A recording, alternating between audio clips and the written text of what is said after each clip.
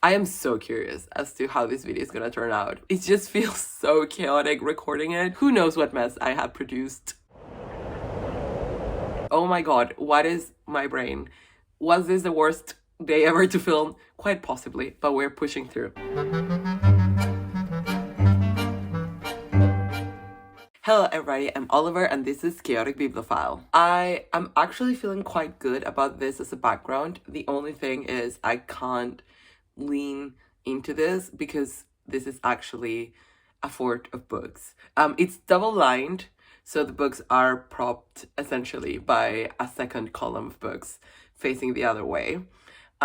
Yes, it's just as deranged as that sounds. I like that you can see a little bit of my desk. Sadly, I have not tidied yet, so maybe in the future I'll have like some sort of decoration maybe, or it'll look better. But I haven't settled on this as my background either because the other way might also be nice. I don't know. We'll see. We'll see how this evolves. I'm still sort of not unpacking per se, but tidying everything up. I still need to get rid of stuff. So it's been a process. But you know, that's okay because I'm really happy. I really love my new place, my new neighborhood, my new flatmate. Everything is great. I actually have one video that I recorded before I moved, but it's a longer video wherein I reviewed so many books. And so it will take me a while to edit, and honestly, this is the first time I have sat down to work on projects since I moved here, and it's been about 3 weeks. Yeah, I just thought I'd quickly record and upload this, so let's just get to the point. Katie from Books and Things is hosting a clear out readathon again this year. Link her video in the off chance you haven't seen it yet. But yeah, my entire year this year is a TBR clear out, which is going both better and worse than expected. We'll get to the stats at the end of the quarterly wrap-up video. I really wanted to film this TBR because I just think the prompts are really fun, and since I am really motivated in my personal TBR clear out year-long journey, I just wanted to really join in. So this is my TBR. The thing is, if I am not loving these books, I am just going to DNF them. So I don't care if I don't finish them, but I need to get to all of these in April.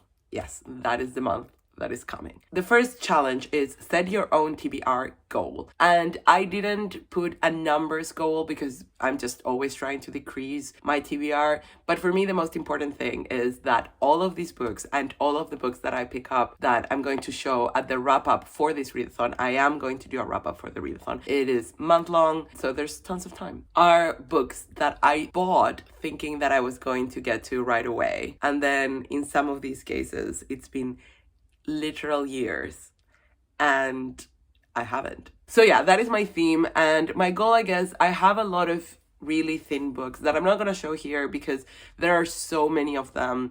A lot of them are poetry collections or like little essay collections or book length essays or short stories that I pick up because they are cheap, because I think, oh, it's really interesting, I'm just gonna read it really quick and then it'll be done.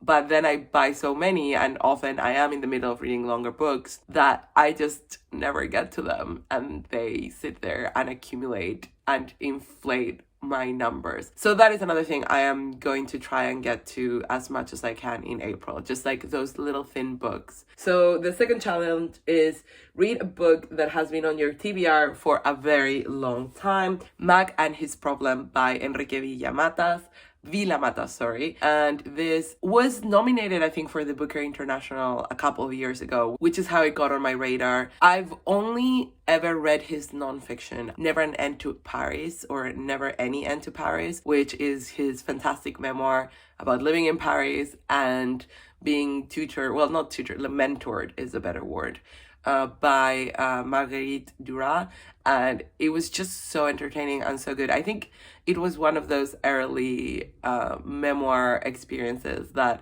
were very formative because I picked them up not really aware of what a memoir was in the same way that I am now, and it's just prompted a lifetime of memoir enjoyment. So yeah, I'm really excited to read his fiction. I know he's very bookish and meta, and I think this is about an old man who starts having a diary or something like that. Sounds really good. Really looking forward to it. Number 3, read a book on your TBR that has been there for a very short time. I read that terribly. I chose Poor Things by Alasdair Gray. I picked this up because, well, the movie was coming up, and I ended up seeing the movie first, even though I bought the book first. I just didn't get to it. I got it last year. That was my one rule for this, even though I have acquired some books, arguably way too many books this year, either by actually purchasing them or just free, but they're still in my house occupying space. I just wanted to get to books from 2023 and before, so I went with something that I bought towards the end of last year.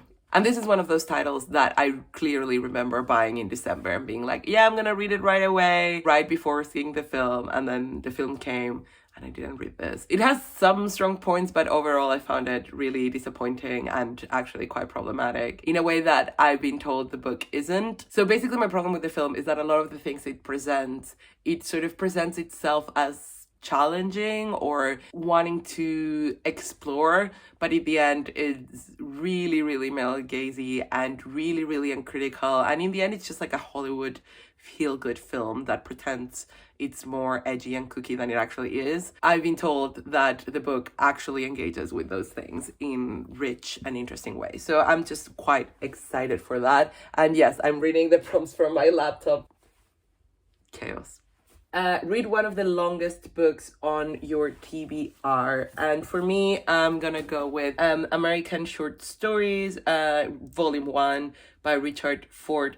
It is the Granta book. I should have started with that because that is what is relevant. So the thing is, I don't usually buy chunky books thinking that I'm going to get to them right away. And if I do, like Middlemarch, I start them right away at the very least. But this one I bought thinking I was going to start right away. And I have, to my credit, read more than a couple of these short stories. By the way, the names on this list are just amazing. So Jane Bowles, Paul Bowles, John Cheever, Shirley Jackson, Wallace Stegner, Eudora Welty, Flannery O'Connor, Kurt Vonnegut, Joyce Carol Oates, James Baldwin, Raymond Carver, John Updike, Jamaica Kincaid. You get the picture. This is just sort of a really heavy hitters kind of anthology. So I am really, really excited. The next one is read one of the shortest books on your TBR. And for that, I'm going with South and West by Joan Didion. I bought this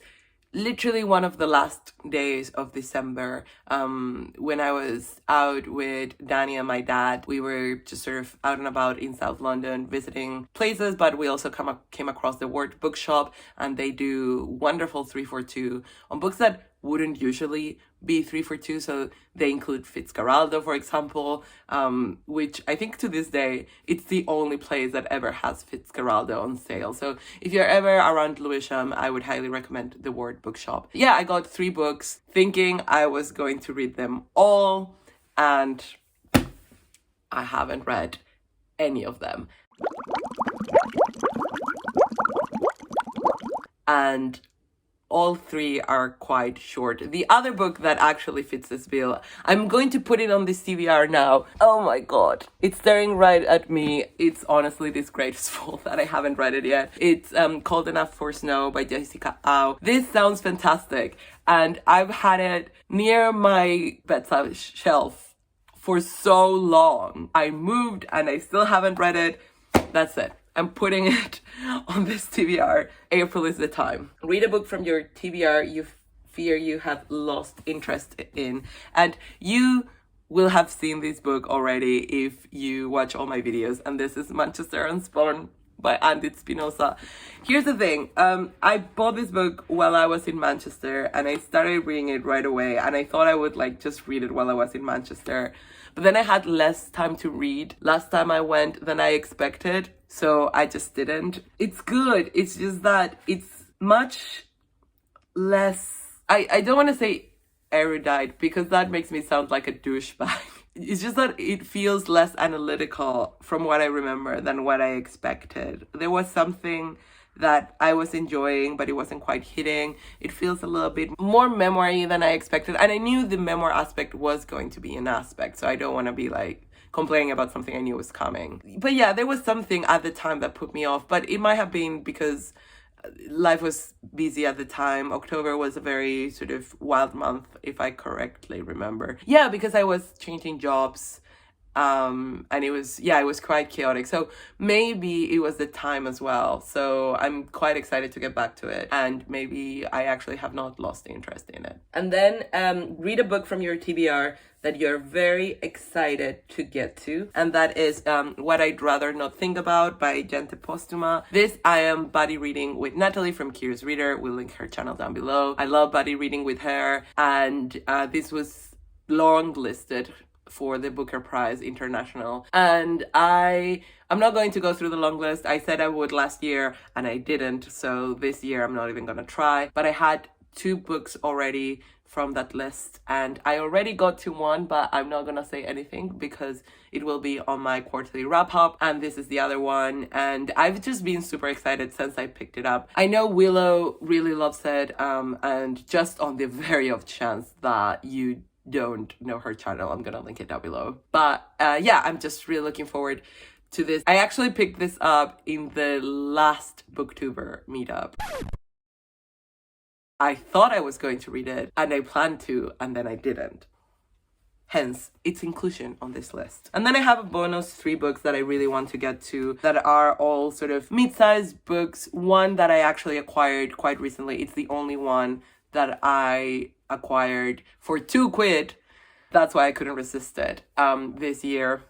It's my latest acquisition and I just want to get to it because I'm really excited, but also because I just want to do that thing where I'm not acquiring any books that I'm not going to get to right away. And that is Poseidon's Steed by Helen Scales, PhD.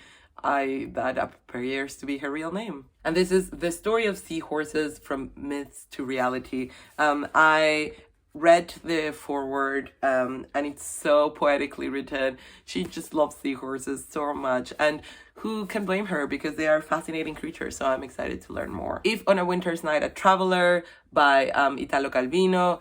This I picked up in Chile. This is an edition in Spanish, of course. So, okay, I don't like these editions. It's quite like cumbersome to read. Yeah, I mean, I love this publisher. It's called Ciruela because they do really good stuff, but yeah, I just don't like this book. And I think in English the book is so much nicer. All of the available editions are, but I bought it in this edition that I didn't like because I wanted to read it right away, and it's been literal years and I haven't. And then talking about Revolution by Yasmin Abdel-Magid, and I have read some essays from here already, but I sort of put it on standby in this way where I haven't returned to it, and it's driving me insane. I just really want to read them because they are also like such good essays. They are really conversational. They're really some of her most informal work, and yet she's so smart and eloquent and interesting that the essays are great and very insightful. So I just need to get to them. And that is it. Have you read any of these books? Do you want to read any of these books after hearing me talk about them? What are you reading if you're participating? Or if you're not, just tell me, what is your current TBR relationship like? That's all. See you next time.